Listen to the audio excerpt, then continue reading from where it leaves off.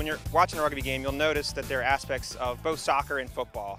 And if you go back hundreds of years, rugby came from soccer and football actually developed from rugby. So a lot of the terminations and things that a rugby player will do in a game come from both of those sports. There are minor infractions and major infractions, just like other sports. The major infractions will result in a penalty, and the team will get to restart the ball at their will. Minor infractions will result in a scrum, which is when 8 members of both sides will link arms and get into a position sort of like an offensive lineman, and they come together and hit with their shoulders. At that moment, the ball gets rolled in, and the object is to push the other team past the ball, and the ball will come out at the end of the last guy's foot.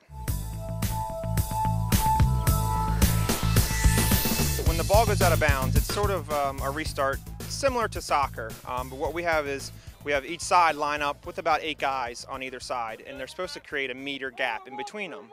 Now the idea is for the ball to be thrown down the middle of that gap and the opposing team to lift their players into the air.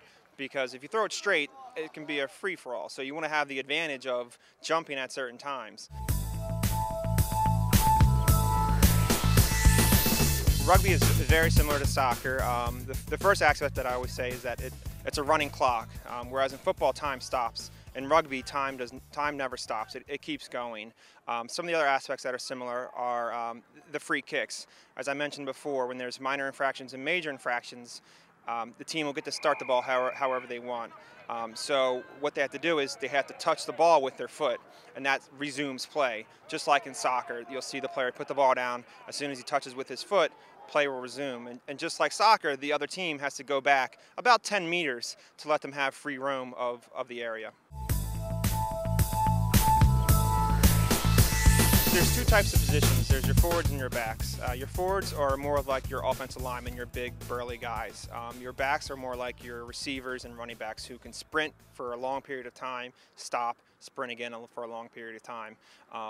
As mentioned, rugby is a lot like soccer, as play never stops. So you want big guys, but you want big guys who can who can run for 80 minutes, during a game. The best players come to be from guys who are not afraid of contact, because it's a very physical sport. So football players are good, your wrestlers are very good. Soccer players are probably more towards your backs because they like to kick and they can run fast.